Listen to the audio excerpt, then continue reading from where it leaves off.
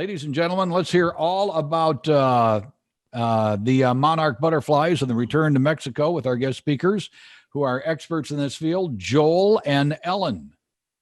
Hi.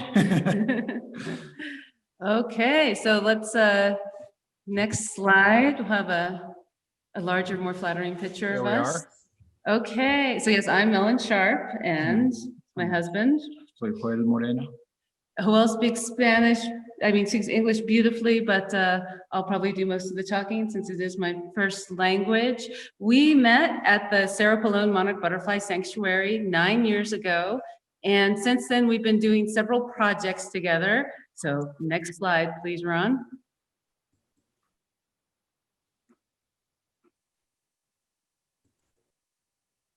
The next slide is the one that says JM Butterfly B&B. There. Okay, the first thing we did in 2012, we opened up a bed and breakfast in Joel's hometown of Macheros.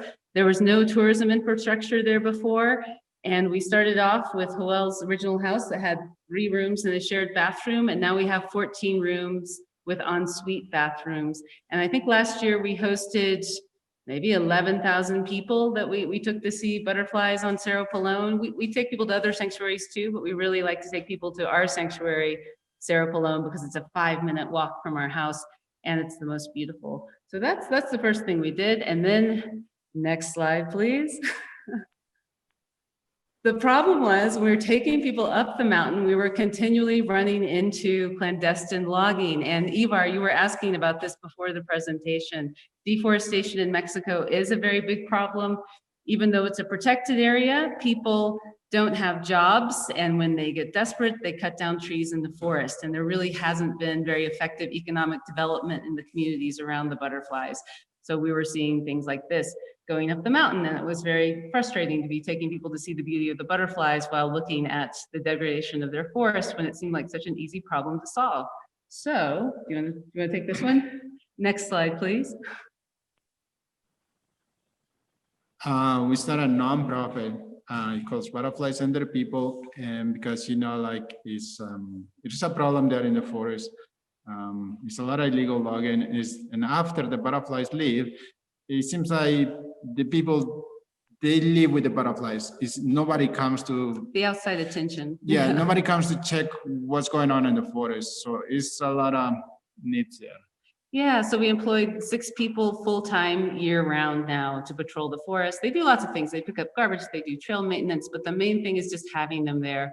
And at first, their presence did reduce illegal logging. I think we're facing more challenges now, but we can talk about that later. Okay, so our next slide is, we just wanted to give you a little bit of the beauty of the butterflies when they are here in Mexico. They're on their way now. You probably see, I've seen some monarchs flying overhead here in San Miguel.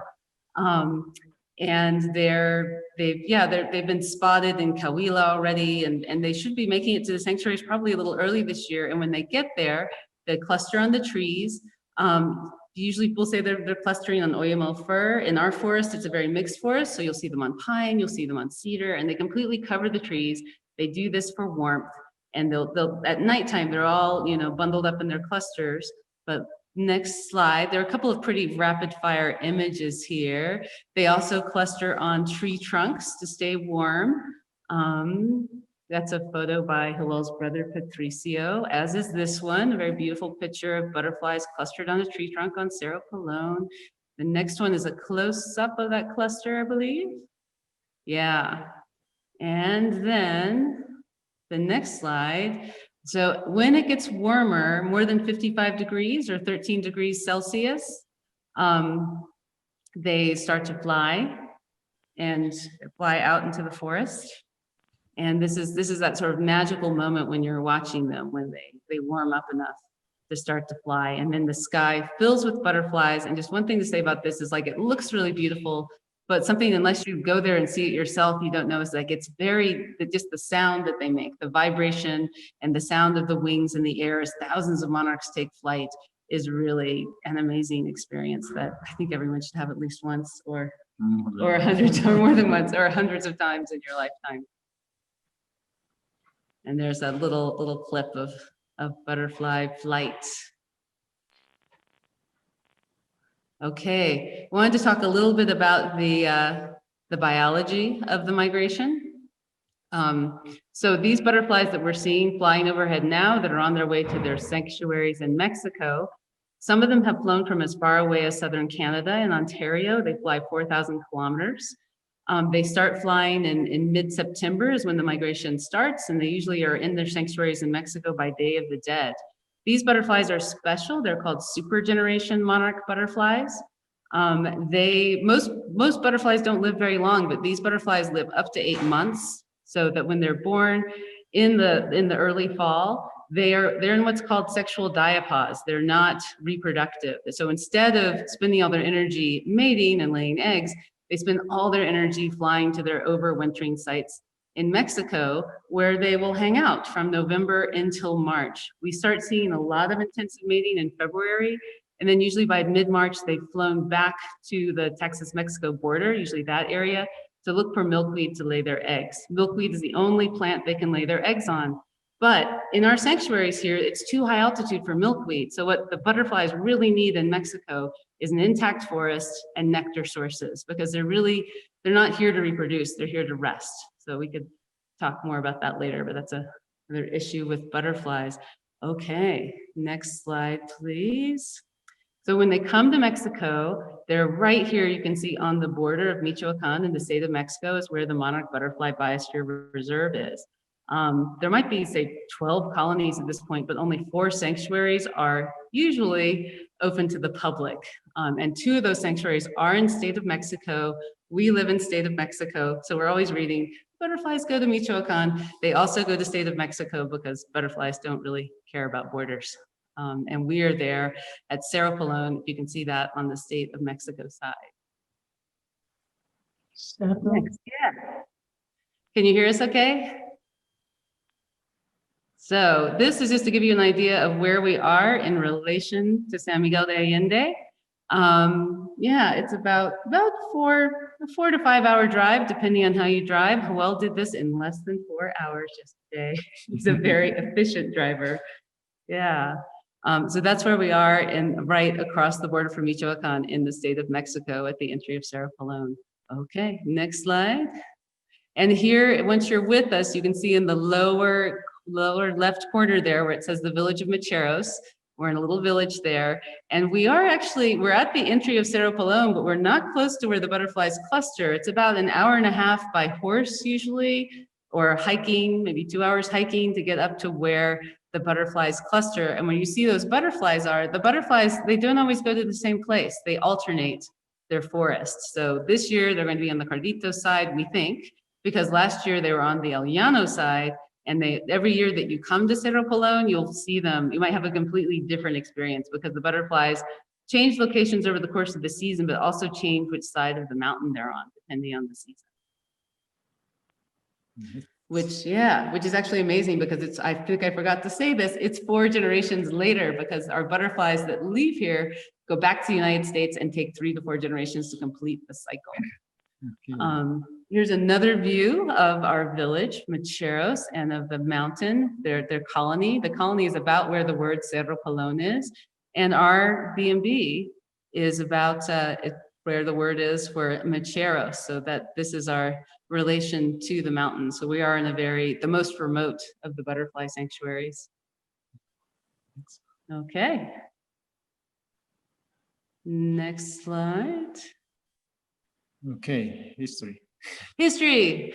All right. So Cerro Pelon is the iconic sanctuary. It's a historic site. It is where 2 citizen scientists confirmed the monarch migration on January 2nd, 1975. There was a couple, a Mexican woman and her gringo boyfriend, or husband at the time, and they spent 2 years hiking every mountain above a certain altitude in the transvolcanic range, looking for the monarch butterfly colony, because biologists in Toronto had started a massive citizen science program to try to figure out where all of Canada's butterflies went every winter. So people in the northern United States knew that their butterflies left, and people in Mexico knew that the butterflies came, but no one knew where they were coming from or that they were the same butterflies. And it was a big volunteer citizen science tagging program. You can see in the picture on the lower left there that that's a butterfly tag. People put little stickers on monarch butterflies that confirmed that these were the same butterflies that were leaving Ontario and the United States every single fall to fly 4,000 kilometers to a very small area of overwintering sites in central Mexico. Okay. So it took a while. When that National Geographic cover you saw there came out in 1976, people started pouring into the sanctuaries and camping out in Macheros, and there was no infrastructure at all. And it was, people were really happy. They were renting their horses all the time to take people to see butterflies, but it wasn't very organized. So in 1986, the lands that had the butterfly colonies on them became part of the Federal Reserve, the Monarch Butterfly Biosphere Reserve. Here is their official federal sign in our community. And it was kind of, it was a little bit of an eminent domain kind of situation. They expropriated the land, but they kind of left the ejidos because it's, I believe it's 58 different ejidal and indigenous communities that held the land where the Monarch Butterfly Reserve is now. That went down, 1986. People had only had the land since 1937 in our community. That's when our ejido was formed after the reforms of the Mexican Revolution. And there was a lot of resentment about this. I think that people felt like they weren't really compensated for losing their land. And I think this is part of why we continue to have a lot of logging going on, because it's really what people knew how to do. And this has kind of come to a head recently. Next slide. Next, please. Yeah. There. Okay, now. A sad picture for us. This is the entry to the Cerro Pelon Sanctuary in Macheros. And our local ejidal board, there's 4 men who are on the governing board of our ejido, have decided to close our sanctuary. They didn't buy the permit from the Biosphere Reserve. For the ejido to do anything in the sanctuary, they have to buy a permit from the reserve, and they've refused to buy the permit. Now they're saying this is, because of COVID-19, and I don't know. It's of course a very valid concern, but we did think, and the other 3 sanctuaries do think, that there are ways to do tourism outside to see butterflies safely. I know in other sanctuaries they have new protocols about how often they're going to wipe down their saddles with alcohol in between guests, and they're going to take people's temperatures. It's going to be like going to a restaurant in San Miguel de Allende, just in a butterfly sanctuary and all outdoors. So I think that part of this has a little bit to do with the sort of uneasy relationship between the local communities and the larger Federal Reserve that oversees them, and who's actually in charge, which is not always clear. Although this year they managed to make it clear they're in charge and we're not open. Unfortunately, there was no community consult about this because of the pandemic. There are no community meetings, so many people in the community are pretty disappointed about this, because this was a major source of income. There were 150 people with horses and guides. Yeah, over 200 people that get benefit. Yeah, well, I would say more get benefits, but like directly employed, but then all of their families. Okay, so yeah, we can't open without a permit. I know it's not our decision, but what we can do, this is what we are doing. We were already doing this anyway, because we knew it was going to be a very slow season for visitors. We had a lot of transnational travelers, and those people, obviously, a lot of people are not going to be coming this year. And I think that's good. What we'd really love to see is more domestic tourism within Mexico, because it is an outdoor activity and we have a lot of things to do there. But what we are doing in the meantime are virtual experiences, online experiences. This one is a bi-monthly newsletter where we're going to track what the colony is doing across the season. A lot of times people seem to think that the butterflies just come and they're just in one place, but it's actually, there's a lot of things happening. They're constantly changing locations. Their behavior is always changing with the weather. They, are starting to arrive now, but they'll continue arriving well into December. So this will really do a detailed tracking of the migration over the course of the entire season for the 5 months that they're there. And then we have another experience that'll be online.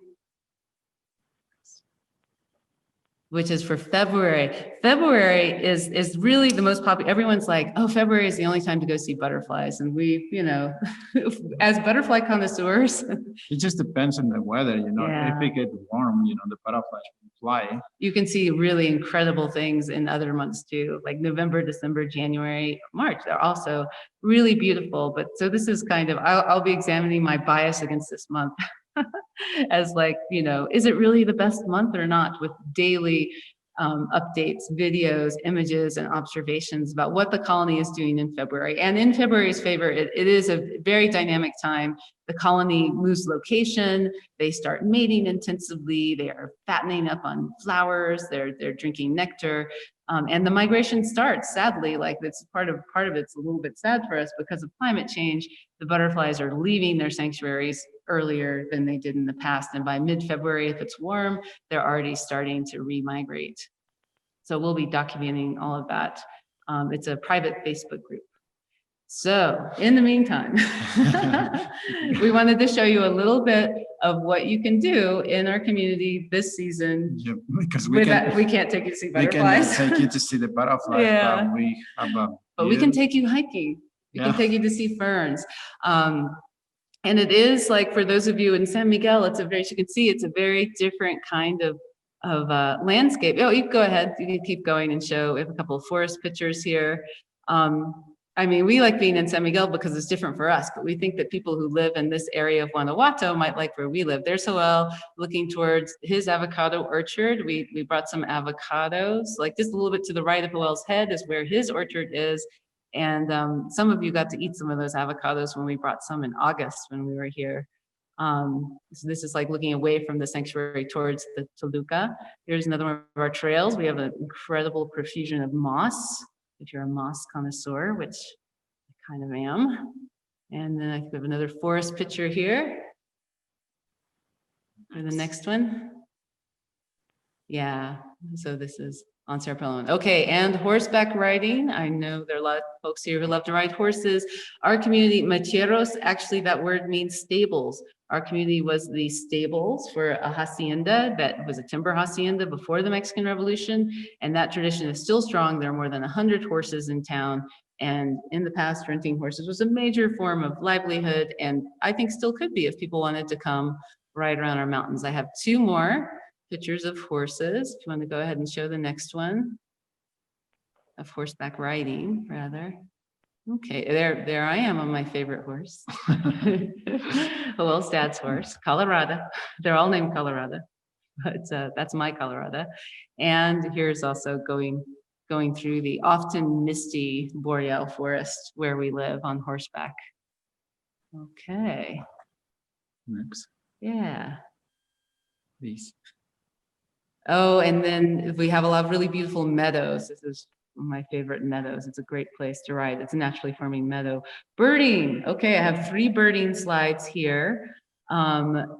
Many of our former guests have sent their observations into Cornell eBird, and we have more than 100 species on our mountain. And whoop, can you go back for a second, Ron? I just want to say this is the red warbler. It's a very coveted species. It has a very small range, including our mountain, and it's super cute, as you can see. Okay, we have many warblers, but that's the rarest. Lots of hummingbirds. These probably 5 or 6 different species. Here's one of them, the white-eared hummingbird. And then the next one, a flycatcher. We have lots of flycatchers. The vermilion flycatchers are great, but this is a gray silky flycatcher. So, and then flowers, lots of wildflowers growing on the mountain. I think there are 3 of these slides as well, if you want to go ahead and go through those.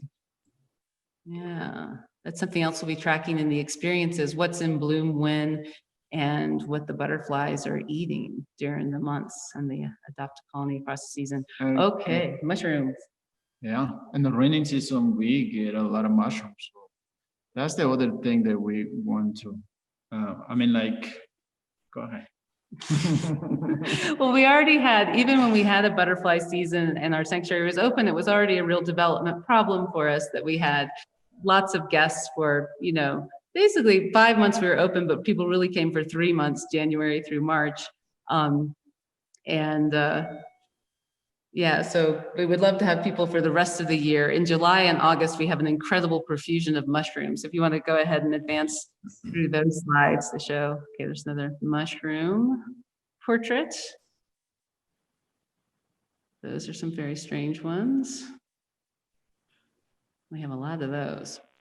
We don't know much about them yet. Yeah, we didn't, I mean, like, local people, they eat mushrooms that we know. There's a lot of competition for the edible ones, and the rest of them, when everyone just says it's local, don't eat it, it's local. But you know, we have a lot of questions about, you know, We haven't degrees tried of those loco. places. we haven't tried it ourselves. Oh, and we just wanted to say, here's our house with a lovely butterfly mural. This is it most recently. And yeah, so we just wanted to say also, if you needed an escape, here's at the front of our garden. That we've been moving back and forth between where we live and San Miguel, and it's quite a contrast. You know, where we live, it's very, there's so many wonderful things about San Miguel. We love being here, but we went home this weekend, and it was like, well, home. We went back to Macheros this weekend. It was so quiet, you know, there was no ambient light. The only light coming through my window was like the moon, and it's just a very different kind of experience, very rural. If you want to keep going, Ron, I have some more pictures here just to show our grounds and our lodgings.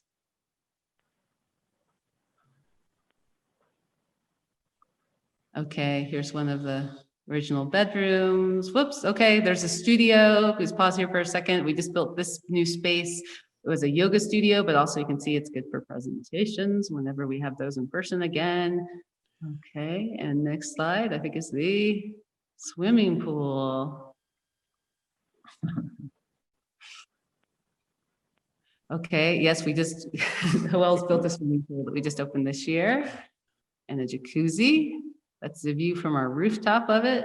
Here is also a view from up higher on the roof of our grounds in the yard at sunset, and people gathered there probably in late February, early March this year, before we knew how serious COVID was. Yeah. Some pre-social distancing, socializing shot. And here it is also on our rooftop looking at the mountains. Yeah, that's our view of Cerro Cacique. This is the mountain that separates us from the nearest city, Zitácuaro. Next.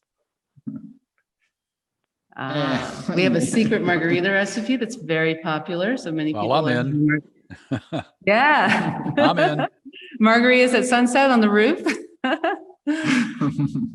Yeah. And then here are some of the photographs our guests sent to us that they took from our rooftop. There's one sunset. You can see through the valley there. It's a lot of cornfields and our neighbors. This back room is another part of our hotel that we've built. The orange is the yoga studio. You can see a little bit of the pool there. I think there's another really nice sunset shot in the next slide. We can really see layers and layers of mountains going into Michoacan. One day Joel saw 14 mountain ranges laid out. Wow. Going into the distance. Yeah, we have a really nice view facing west from our rooftop. Beautiful. And we're at the high point in our valley. And then I think we just have one more shot. The city of Zitácuaro is behind those mountains, so you can see a little bit of light pollution there, but we have a pretty dark night sky. That's really nice for. That's remarkable. Those are all stars. Mm-hmm. Yeah. If you stay there, like hanging out there, you can see shooting stars. We see shooting stars a lot. Yeah. That might be worth the price of admission right there. See, this is what we're hoping, even without the butterflies. We want to say that they're appealing things about coming to visit for a sleepy, relaxing visit. Okay, then the last slide just had our website information for our two projects, for the B&B and for our forest conservation nonprofits. And our emails there too is just the same, JM Butterfly B&B at Gmail or butterflies and their people at Gmail. Although if you go to those websites, then yeah. We're using solar. I just got a quick thing about solar. Yes, our water is all solar heated. Yeah. We have some backup electrical ones for the rainy season, but mostly solar. Right. Ladies and gentlemen, if you have any questions for our speakers, there's a chat function. If you go down to the bottom of your screen, you'll see it. You click on the chat and you type in your question, and then I'll relay it to our guests. And I'm going to do that and come back to them with the questions as they're coming in just a moment. Before we do that, Tom Schneider has got a word for us. Tom? Yes, a lot of people like to go to Rotary because of our speakers, but Rotary does an awful lot of good things, and without the online, with meetings being online, we really appreciate people going to our website. So when you click leave, go over and click on our website. It's easy to donate, and there's a drop down menu if you want to have it go to Polio Plus, or you want to have it go to the Beekeeping Project or whatever, or you can just have it go to Rotary, and we'll make sure we do good things with this. And members, never hesitate to go after a great performance and give your 200 to 1,000 pesos, whatever you feel motivated to, because we need you to give a little bit every week too. Skip, back to you. All right. Thank you, Tom. All right. From Ivar, Joel, and Ellen, we got this question. What kind of, quote, map do the butterflies use to get from Canada to Mexico? Find the same place every year? Oh, it's a question that everybody asks, how do the butterflies know how to get here? We really... To a place they've never been before. Angle of the sun and kind of a little built-in GPS to their teeny tiny little heads. Depends who you ask, Right. Everybody had different answers. Exactly, we don't know. It could be magnetic fields, something in the earth. I don't think nobody has the answer yet. But it's different answers, but I don't know. We haven't read all the journals yet. Yeah. They have been studying that. But yeah, it is about angle of the sun. And yeah, and also they fly very high. They fly up in the thermals with hawks. So they're funneling down. They can't do it active flight. That would burn too many calories. So a lot of it is passive flight, that they're just gliding there. And Ivar, before you had another question too about the reasons behind monarch population decline, which I would say is another question that, depending on who you ask, would have a different answer. But I think that it's really multiple factors, including a failure to keep their forests intact where they're overwintering in Mexico, because not having an intact forest makes them more vulnerable to bad weather, which we're having more often with climate change. And also just things about loss of habitat in the US and Canada as well, because of development and paving everything, and the agricultural industrial farming industry and pesticides definitely have not helped them either, although people are kind of debating about how big a role that is. A lot of people talk about a lack of milkweed, which they need to lay their eggs on, and if there's not milkweed, then they can't reproduce. And other people say maybe there is enough milkweed, and maybe there are other reasons like traffic mortality about why we're not seeing as many butterflies in Mexico as Joel did when he was a kid. But yeah, I've been thinking about your other question too. But okay, any other questions? You want to say something too? All right. Yeah, we do have another question. Can you all hear me okay? Can you hear me? Yeah, we can. I keep getting messages that my internet connection is unstable. All right, Enrique has a question about, yeah, it's something in the air. It must be all those butterflies that are interfering with the signals. Right. Anyhow, Ivar, Enrique had a question about what is it going to take for you to be able to reopen again? Now, you are open as far as being a B&B and horseback riding and some of those things, so we got to make that clear. But Yes, the tours of doing the butterflies are closed for right now, correct? Right. Right. For Cerro Pelon. So what's it going to take for only. I don't want people to panic.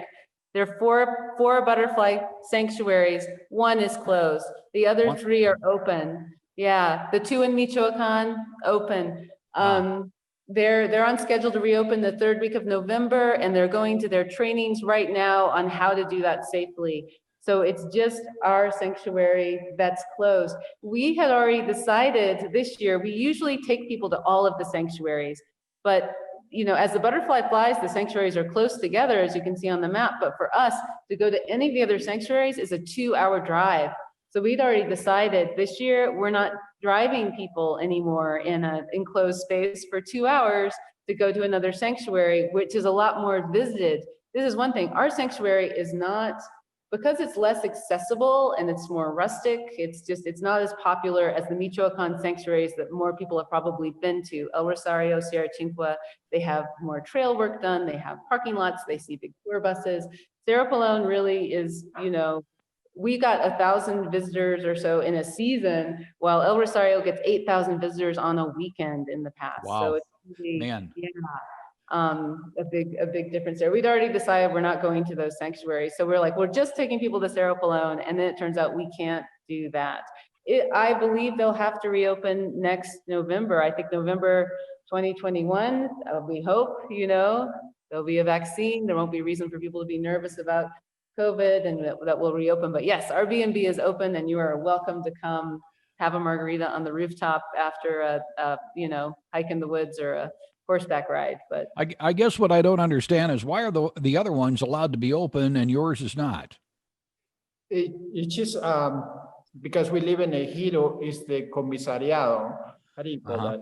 the commissioner of our ejido refused to apply for the permit from the Biosphere Reserve that would allow us to have visitors. Sounds So political. It was Yeah. very political. And the other sanctuaries, yeah, their commissioners were like, we're not going to turn away this revenue, and they applied for a permit.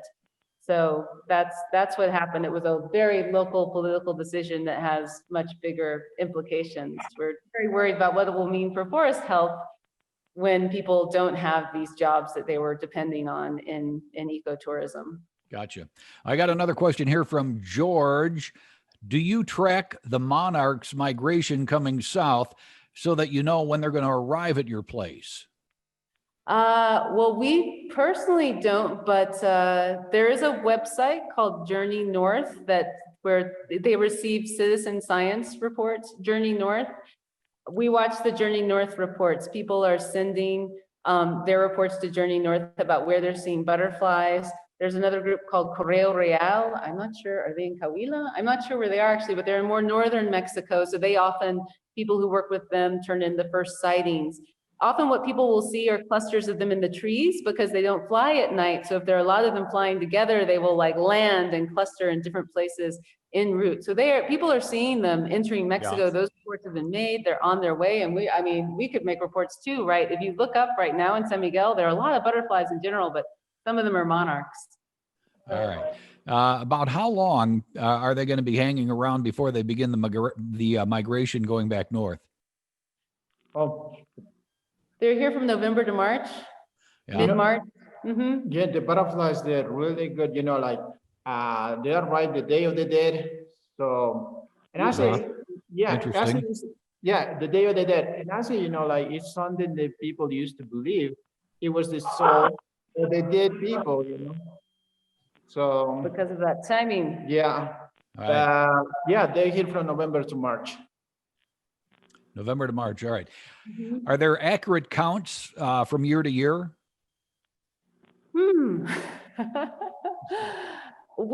I guess I'd have to say we don't really know because there's really not a lot of transparency or peer review of how they do that process.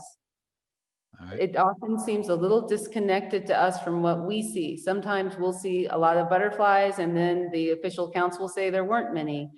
Last year, for example, Sierra Chincua, usually there are not many butterflies there. Last year at Sierra Chincua was amazing. There were so many butterflies, but when the official count came out, it was still low. So a lot of people, especially people in the ejido around Sierra Chincua, had questions about that. So since we don't really know how it's done, We're not allowed to do anything. and we're not allowed to. Yeah, it's a strange thing. I've been talking about the importance of citizen science for the rest of the migration. Here in the Biosphere Reserve, citizen science is not allowed. You're only allowed to measure, monitor, make official observations about butterflies with a permit. And as you know, permits are very important. We don't have a permit for that. So yeah, we have to go by what they say, but there's no citizen science participation in that monitoring process. Very good. Joel and Ellen, I want to thank you so much. We've really enjoyed the presentation. Good luck with your B&B, and should probably make a trip down there. You know, I mean, what is this, about 4.5 hours from San Miguel, right? Yeah. 4 hours of well 4 hours drive. depends who's Yeah. driving. Yeah. Yeah. Right. How does, well, you've got a website, and so people can book direct on your website, correct? Yeah. Yep. All Yes, right. that's Very right. good. JM And Butterfly give me the website address again. JM Butterfly B&B.com. All one word. All JM together. JM Yeah, it's named Butterfly after Joel. B&B. This is Joel Moreno, so JM Uh-huh. Butterfly. JM Butterfly. There it is right there. There it is. JM Butterfly BNB.com. And if you don't feel like traveling, there's information on both of those websites about the virtual experiences. If you still want to see what the butterflies are doing in our secret sanctuary, this is now the only way to see what's happening. Oh, yeah. I want to come down. I just want to come down for the margaritas. I know, please do. Yeah, Right. yeah, I know. It's otherwise going to be lonely on our rooftop. Well, Yeah. in this day and age where we're not really allowed to go any place, can't go to Canada unless you're already there.